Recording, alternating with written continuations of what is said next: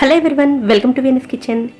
ఎప్పుడు చేసుకునే రెగ్యులర్ దోశలు, ఇన్స్టెంట్ దోశలు కాకుండా ఈనోలు, సోడాలు ఉపయోగించకుండా చాలా డిఫరెంట్గా సొరకాయతోటి దోశలను ఎలా ప్రిపేర్ చేసుకోవచ్చో ఈరోజు వీడియోలో చూద్దామండి. ఈ దోశలను ప్రిపేర్ చేసుకోవడానికి ముందుగా ఒక బౌల్లోకి 1 కప్పు వరకు బియ్యాన్ని తీసుకోవాలి. నేను ఇక్కడ రేషన్ రైస్ని ఉపయోగిస్తున్నానండి. వీటికి బదులుగా సోనా మసూరి రైస్ని కానీ, బ్రౌన్ రైస్ని కానీ వేటినైనా సరే ఉపయోగించుకోవచ్చు. ఏ కప్పుతో అయితే బియ్యం తీసుకున్నామో అదే కప్పుతో 1/2 కప్పు వరకు పెసరపప్పును వేసుకోవాలి. ఈ రెండింటిని వాటర్ తోటి బాగా క్లీన్ చేసుకున్న తర్వాత తిరిగి వాటర్ని పోసుకుని 2 లేదా 3 గంటల పాటు నానబెట్టుకోవాలండి. మీ దగ్గర ఎక్కువ టైం ఉంటే ఓవర్ నైట్ అయినా సరే నానబెట్టుకోవచ్చు. కానీ ఖచ్చితంగా కనీసం 2 గంటల పాటైనా నానబెట్టుకుని తీసుకోండి. అప్పుడే దోశలు చక్కగా వస్తాయి.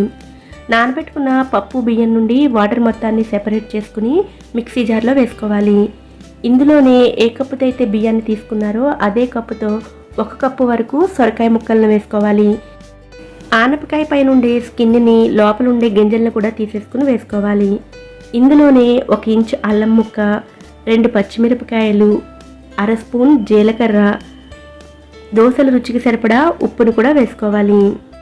వీటన్నిటినీ కూడా ఎక్కడ ముక్క అనేది లేకుండా మెత్తగా గ్రైండ్ చేసి తీసుకోవాలండి. గ్రైండ్ చేసుకోవడానికి 1 కప్పు వరకు వాటర్ పడతాయి. గ్రైండ్ చేసుకున్న ఆ బ్యాటర్ని ఒక గిన్నెలోకి తీసుకోండి. ఈ బ్యాటర్ కన్సిస్టెన్సీ వచ్చేసరికి దోశల పిండి కన్సిస్టెన్సీ కన్నా కొంచెం పల్చగా ఉంటుందండి. ఇలా ఉంటే దోశలు చక్కగా వస్తాయి. ఈ పిండికి ఫెర్మెంటేషన్ ఏమీ అవసరం లేదండి. వెంటనే మనం దోశలను వేసేసుకోవచ్చు. చాలా చక్కగా కూడా దోశలు వస్తాయి.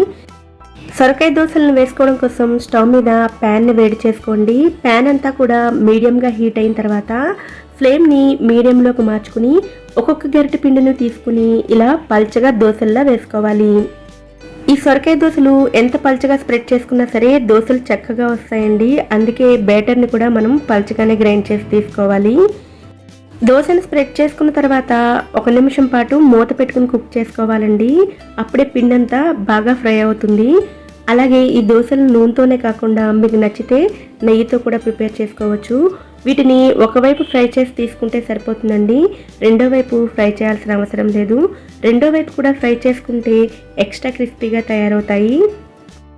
ఈ సొరకాయ దోశలను మరొక రకంగా కూడా ప్రిపేర్ చేసుకోవచ్చండి. అలాగే నేను ఇక్కడ బేసిక్ ఇంగ్రీడియంట్స్తో మీకు చూపించాను. ఇందులో మీకు నచ్చితే కొత్తిమీర, కొబ్బరి ఇలాంటివి కూడా వేసుకుని ప్రిపేర్ చేసుకోవచ్చు. అలాగే వీటి రుచి కూడా మన రెగ్యులర్ దోశలతో పోలిస్తే చాలా చాలా బాగుంటాయండి. ఎప్పుడైనా ఇడ్లీ పిండి కానీ, దోశల పిండి కానీ లేకపోతే 2 గంటల ముందు పప్పు బియ్యాన్ని నానబెట్టుకుంటే అప్పటికప్పుడు ఈ దోశలను చక్కగా ప్రిపేర్ చేసుకోవచ్చు. ఈ దోశలు ప్రిపేర్ చేసేటప్పుడే కాకుండా చల్లారిన తర్వాత కూడా పేపర్ దోశల్లాగా చాలా క్రిస్పీగా ఉంటాయి. అలాగే ఈ దోశల్లోకి కొబ్బరి చట్నీ, పల్లి చట్నీ కాకుండా సరవణ భవన్ స్టైల్ టమాటా చట్నీ అయితే చాలా రుచిగా ఉంటుందండి. ఆ వీడియో నేను ఆల్రెడీ పోస్ట్ చేశాను. పైన ఐకార్డ్స్లో, కింద డిస్క్రిప్షన్లో లింక్ ఇస్తాను. అది కూడా తప్పకుండా ట్రై చేయండి. ఈ వీడియో కనుక మీకు నచ్చినట్లయితే వీడియోని లైక్ చేసి ఇలాంటి మరిన్ని రెసిపీస్ కోసం ఛానల్ని సబ్స్క్రైబ్ చేసుకోండి. నోటిఫికేషన్స్ మిస్ అవ్వకుండా ఉండడం కోసం పక్కనే ఉండే బెల్ ఐకాన్ని కూడా యాక్టివేట్ చేసుకోండి. Thanks for watching.